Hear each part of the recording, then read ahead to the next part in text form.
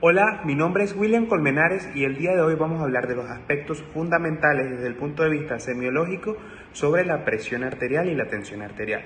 En primera instancia vamos a aclarar estos dos conceptos. Presión arterial se tiene como la fuerza ejercida por la columna de sangre hacia el exterior de las paredes. Esta fuerza se puede medir con instrumentos invasivos como agujas especiales que se introducen al interior de la arteria. Por contrario, tenemos una fuerza de igual magnitud, pero de sentido contrario, que es la tensión arterial, que es ejercida por las paredes arteriales hacia el interior para evitar que ésta se ensanche de manera excesiva. Esta sí vamos a poderla medir con nuestros diferentes elementos que hemos aprendido en semiología, como lo son las diferentes técnicas. Vamos a hablar un poco sobre ellas. Tenemos la técnica palpatoria, la técnica auscultatoria y también tenemos las técnicas oscilométricas.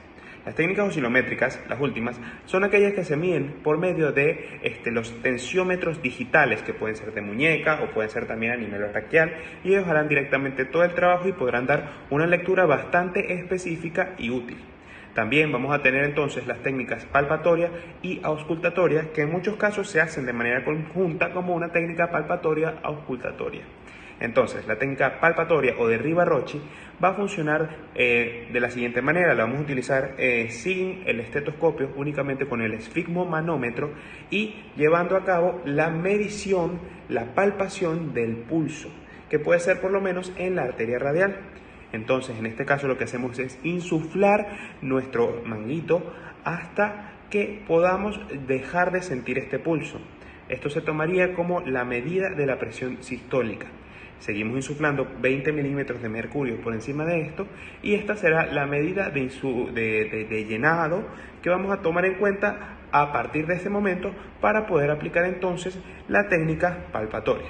Recordando entonces los diferentes elementos del esfigmomanómetro, tenemos entonces el brazalete, que puede ser de diferentes tamaños dependiendo del paciente, las diferentes mangueras o vías, tenemos el manguito o perita insufladora, tenemos también el manómetro propiamente, que es el que va a demostrarnos la presión que vamos a estar midiendo, y también tenemos entonces lo que sería nuestro estetoscopio, que lo vamos a utilizar para poder, en la técnica auscultatoria o de Korotkov, escuchar estos ruidos que nos van a indicar las diferentes presiones. Entonces, para utilizar la técnica auscultatoria, procedemos a utilizar nuestro brazalete del esfigmomanómetro. Debemos aplicarlo en uno de los diferentes espacios del cuerpo humano en el que se tenga una arteria cercana a la superficie. No solamente se tiene que hacer a nivel braquial, también podemos hacerlo a nivel de la muñeca, por la arteria radial, a nivel del dorso de la rodilla, por la arteria poplitea, o a nivel del pie, por la arteria pedia, pero el más utilizado va a ser a nivel del brazo. En este caso, vamos a colocar de manera adecuada nuestro brazalete, dejando un espacio de aproximadamente un dedo de holgura, y también tenemos que dejar 2 centímetros entre donde coloquemos el límite inferior del brazalete y el pliegue del brazo. Luego de esto, hay personas que introducen directamente la membrana del estetoscopio para que esté en contacto con la arteria braquial media, o otras personas simplemente la van a dejar colocada, que es lo más adecuado. El manómetro lo podemos enganchar directamente en el espacio indicado en el esfigmomanómetro y luego procederemos a insuflar hasta que nosotros podamos entonces proceder a escuchar los diferentes ruidos o fases de Korotkov. Insuflamos hasta una presión adecuada que pudimos haber descubierto con la técnica auscultatoria, o simplemente al preguntarle a la persona si sufre de hipertensión podremos saber que debemos insuflar un poco más. Entonces, en ese momento lo que vamos a hacer es con la perilla abrir un poco el flujo de aire y escuchar atentamente. El primer ruido que vamos a captar es la primera fase de Korotkov, va a ser equivalente a la presión sistólica, que es la presión mayor de nuestro ciclo cardíaco cuando se expulsa la sangre. Esta presión sistólica va a ser el primer ruido, luego vamos a esperar hasta la quinta fase, que es el silencio total. En ese caso vamos a tener nuestra presión diastólica, que es la de menor presión cuando se ocurre el rellenado de las diferentes cavidades de nuestro corazón.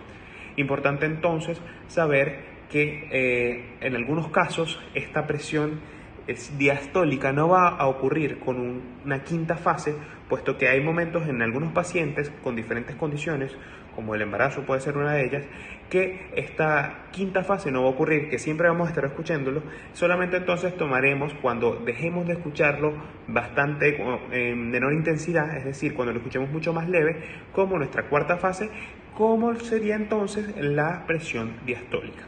¿Por qué es importante todo esto de medir la tensión y presión arterial?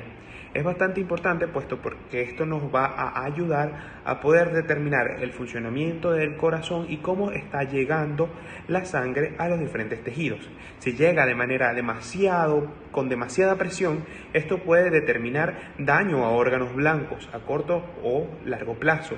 O si llega de manera con una presión muy disminuida, esto puede evitar de que se dé una correcta perfusión de los tejidos. Para eso tenemos unos valores importantes que es la presión arterial media y la presión arterial diferencial, que van a ayudarnos a saber cómo está esta perfusión a nivel periférico de nuestro organismo. Hay diferentes factores también que van a modificar la presión arterial, puede ser el ambiente, puede ser el propio paciente con condiciones de base, puede ser el instrumento que no esté en las mejores condiciones o que no tenga el mantenimiento adecuado, o puede ser una técnica errónea aplicada por la persona que esté llevando a cabo este examen. Para culminar, vamos a hablar un poco de los valores que en este momento se consideran como normales de nuestra presión arterial según el Joint American Committee of Heart Disease. Entonces, tenemos que hipotensión, nuestra tensión o presión sistólica va a estar por debajo de 90 milímetros de mercurio y la diastólica por debajo de 60. Lo normal va a ser entre 90 y 120 la sistólica y 60 y 80 la diastólica. Tenemos una categoría entonces de prehipertensión, que la sistólica va a ir de 120 a 139, mientras que la diastólica va a ir de 80 a 89. Luego tenemos dos estadios de hipertensión arterial. El estadio 1 de 140 a 159 la sistólica, mientras 90 a 99 la diastólica. Y el estadio 2 es cuando la sistólica va por encima de 160 y la diastólica por encima de 100. Importante también aquí tener dos conceptos claros: la urgencia y la emergencia hipertensiva, puesto que hay pacientes que tienen una hipertensión que puede ser primaria o secundaria de larga data. En estos casos, estos pueden manejar altas cifras tensionales y esto no les va a estar generando ningún síntoma. Entonces, tenemos que la urgencia no va a tener daño a órganos blancos y tampoco va a tener síntomas específicos que podamos nosotros percibir y no va a haber un riesgo vital inminente. En este caso, se da un tratamiento vía oral. Tenemos entonces también la emergencia hipertensiva, donde sí va a haber daño a órganos blancos, sí va a haber síntomas asociados y vamos a tener un inminente riesgo a la vida, por lo que hay que aplicar un tratamiento parenteral. Básicamente en esto resumimos un poco todo lo que es la semiología de la presión arterial. Espero que les haya gustado y podemos vernos en una próxima oportunidad. Muchas gracias.